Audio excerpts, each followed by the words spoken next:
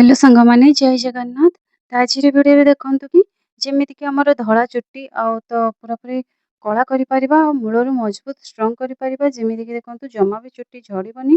ତ ଏମିତି ଦେଖନ୍ତୁ କଲରା, ତ ଏସବୁ ଯାହାକି ତ ବହୁତ ଉପକାରୀ ଏମିତି କିଛି ଜିନିଷ ଦେଖିବେ କି ଯାହାକି ଆମ ଚୁଟି ପାଇଁ ବହୁତ ଉପକାରୀ ହେଇଥାଏ। ତ ଆମେ କ'ଣ କରିବୁ ନା କଲରାଟିକୁ ଆମେ କ'ଣ କରିବୁ ନା ଫାର୍ଷ୍ଟ କି ତାକୁ ଭଲ ଭାବରେ ଆପଣ ଚାହିଁଲେ ତାକୁ ପୁରାପୁରି କାଟିକି ଗ୍ରାଇଣ୍ଡିଙ୍ଗ କରିପାରିବେ। ନହେଲେ କି ଏମିତିକି ଗ୍ରେଟରରେ ଆମେ ଆକୁ ଭଲ ଭାବରେ ଏମିତି ଦେଖନ୍ତୁ ଗ୍ରେଟ୍ କରିନେବା।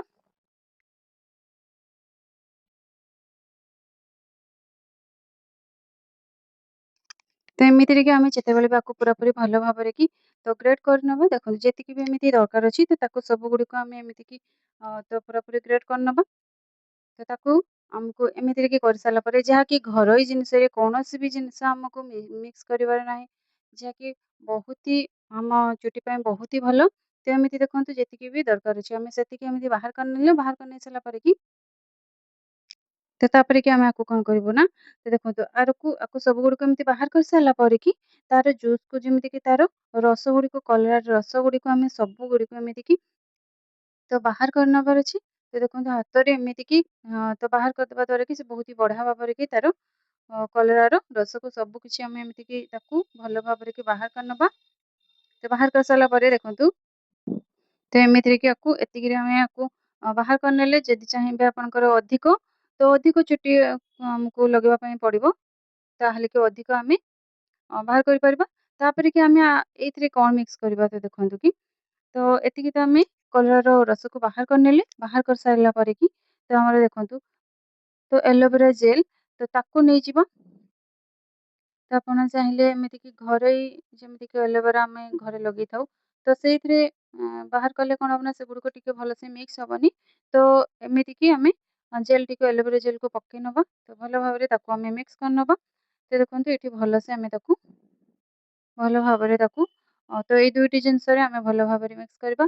ତ ତାପରେ କି ଆମେ ଆକୁ କ'ଣ କରିବା ନା ଦେଖନ୍ତୁ ଏଇଥିରେ କି ଭଲସେ ଆମର ପୁରାପୁରି ତ ଇଏ ହେଇଗଲା ଆମର ରେଡି।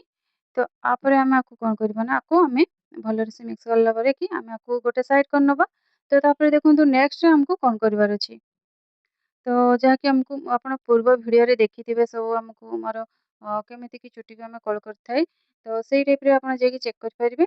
ତ ନହେଲେ କି ଦେଖନ୍ତୁ ଏଥିରେ କି ଆମେ କ'ଣ କରିବା ହଳଦୀ ଆଉ ଏଠି ଚା ପତି ଆକୁ ଭଲ ଭାବରେ ଆମେ ପୁରାପୁରି ଯେମିତିକି ପୁରା ବ୍ଲାକ୍ ହେବା ପର୍ଯ୍ୟନ୍ତ ଆମେ ତାକୁ ଭଲସେ ଗରମ ତାୱାରେ ପୁରାପୁରି ବ୍ଲାକ୍ କରିକି ତାକୁ ଆମକୁ ଭାଜି ନେବାର ଅଛି। ପୁରାପୁରି ଦେଖନ୍ତୁ ତାକୁ ଭଲ ଭାବରେ ଏମିତି ଭାଜି ନେଇ ସାରିଲା ପରେ କି ତ ପୁରା ଯେମିତିକି ପୁରା କଳା ହେଇଯିବା ପରେ ତାକୁ ଆମକୁ ବାହାର କରିନେଇକି ଏମିତି ତାକୁ ପାଉଡର ବନେଇ ନେବାର ଅଛି। ପାଉଡର ନେଇ ସାରିଲା ପରେ କି ଆମକୁ ତ ଯେମିତିକି ଆପଣଙ୍କର କୌଣସି ଗୋଟେ କପଡ଼ାରେ ହଉ ଜାଲିରେ ହଉ ତାକୁ ଛାଣି ନେବାର ଅଛି।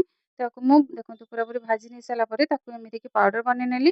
ତ ପୁରାପୁରି ଆମର ହଳଦୀ ତ ପୁରା ପାଉଡର ହେଇକି ରହିଛି। ଆଉ ଆମର ଚା ପତି ଗୁଡ଼ିକ ତ ସିଏ ହାଲକା ଭାବରେ ତାକୁ ଭାଜି ସାରିଲା ପରେ କି ଏମିତି ପାଉଡର କଲା ପରେ ପୁରା ବଢ଼ିଆ ସେ ଏମିତି ଦେଖନ୍ତୁ ତ ପାଉଡର ହେଇଯିବ। ଆଉ ଦେଖନ୍ତୁ କେମିତିରେ କି ପୁରା କଳା ଦେଖାଯାଉଛି ଖାଲି ହାତରେ ବି ଦେଖନ୍ତୁ ଏମିତିକି ଶୁଖିଲାରେ ବି।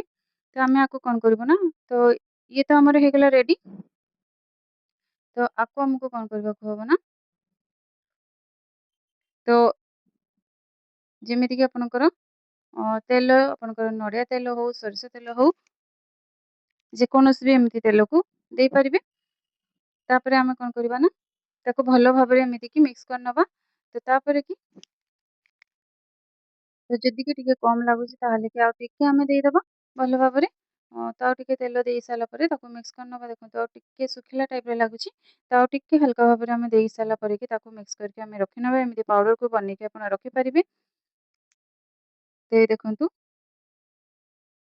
ତ ଇଏ ତ ଆମର ହେଇଗଲା ରେଡି। ଆମେ ଦୁଇଟି ଜିନିଷ ବନେଇଥିଲେ ଯାହାକି କଲରାରେ ଆଉ ଏଲୋଭେରା ଜେଲ୍‌ରେ ଆମେ ମିଶେଇକି ତାକୁ କରିଥିଲୁ। ଆଉ ଏଇଥିରେ କି ଆମେ ତାକୁ ଅ ମିକ୍ସ କରୁଛୁ। ଏଇଥିରେ ଦୁଇଟି ଜିନିଷ ଆଉ ସେଇଥିରେ ବି ଦୁଇଟି ଜିନିଷ। ଦେଖନ୍ତୁ ଆପରେ କି ଆମକୁ କ'ଣ କରିବାକୁ ଅଛି ନା ଏଠି ଯାଇକି କଲରାର ରସକୁ ଆମେ ବାହାର କଲୁ। ଆକୁ ଯେତେବେଳେ ବି ଲଗେଇବା ପୂର୍ବରୁ ଆମେ ଫାର୍ଷ୍ଟ କି ଆପଣଙ୍କର ଏମିତି ସପ୍ତାହରେ 2 ଥର ପାଖାପାଖି ଏମିତି ଟ୍ରାଏ କରନ୍ତୁ। ଆପଣଙ୍କ ଚୁଟି ପୁରାପୁରି ମୂଳରୁ ହିଁ ମଜବୁତ ରହିବ ଆଉ ଚୁଟି ଝଡ଼ିବା ବି ବନ୍ଦ ହବ। ତ ଏମିତି କଲରାର ରସ ଆଉ ଏଲୋଭେରା ଜେଲ୍‌କୁ ଲଗେଇବେ। ତ ଧୋଇବା ପୂର୍ବରୁ ତ ଲଗେଇ ନେବେ। ଘଣ୍ଟେ ପରେ ଆପଣଙ୍କର ଧୋଇପାରିବେ। ଆଉ ଦେଖନ୍ତୁ ଏଇଠି ଆପଣଙ୍କର ଯେତେବେଳେ ବି ଏମିତି ଆମେ ଲଗେଇବା, ତ ଯେତିକି ଏମର୍ଜେନ୍ସି ଟାଇମ୍‌ରେ ଆମକୁ ଦରକାର ପଡ଼ିଥାଏ, ଏଇ ଟାଇପ୍‌ରେ ଆମେ ଲଗେଇକି ବି ବାହାରକୁ ଯାଇପାରିବା। ବିଲକୁଲ ହିଁ କୌଣସି ବି କିଛି ବି ଲାଗିବନି। ତ ଏମିତିରେ କି ଆପଣଙ୍କର ଲଗେଇ ପାରିବେ। ଯାହାକି ଚୁଟି ମୂଳରୁ ମଜବୁତ ହବ କଳାର ରସକୁ ଆମେ ଦେଲା ପରେ। ତ ଇଏ ଦେଖନ୍ତୁ ଇଏ ବି ଆମର କଳା ଚୁଟିକୁ ବହୁତ ହି ବଢ଼ିଆ ଭାବରେ କି ଆମେ କରିପାରିବା। ତ ପୁରାପୁରି ଦେଖନ୍ତୁ ପୁରା କଳା ଦେଖାହଉଛି। ତ ଏଇ ଟାଇପ୍‌ରେ ଲଗେଇଲା ପରେ ହିଁ ଆପଣ ଜାଣିନେବେ। ତ ଆଶା କରୁଛି ଭିଡ଼ିଓଟି ଆପଣଙ୍କୁ ଭଲ ଲାଗିଥିବ। ଯଦି ଭଲ ଲାଗିଥିବ ତାହେଲେ ଲାଇକ୍ କରିଦେବେ। ଆପଣମାନେ ଯଦି ମୋ ଚ୍ୟାନେଲରେ ନୂଆ ଥିବେ ତାହେଲେ ପ୍ଲିଜ୍ ଚ୍ୟାନେଲକୁ ସବସ୍କ୍ରାଇବ୍ କରିଦେବେ। ତ ଏମିତି ଲଗେଇ ନେବେ, ଲଗେଇ ନେଇ ସାରିଲା ପରେ ଆମର କଲରା ରସକୁ ତ ଧୋଇ ନେବେ। ଧୋଇ ସାରିଲା ପରେ ଆପଣଙ୍କୁ ଯେତେବେଳେ ବି ଏମିତି କଳା କରିବାର ଅଛି ଚୁଟିକୁ କଳା କରିପାରିବେ। ଆଶା କରୁଛି ଭିଡ଼ିଓଟି ଆପଣଙ୍କୁ ଭଲ ଲାଗିଥିବ। ରହିଲି ଜୟ ଜଗନ୍ନାଥ।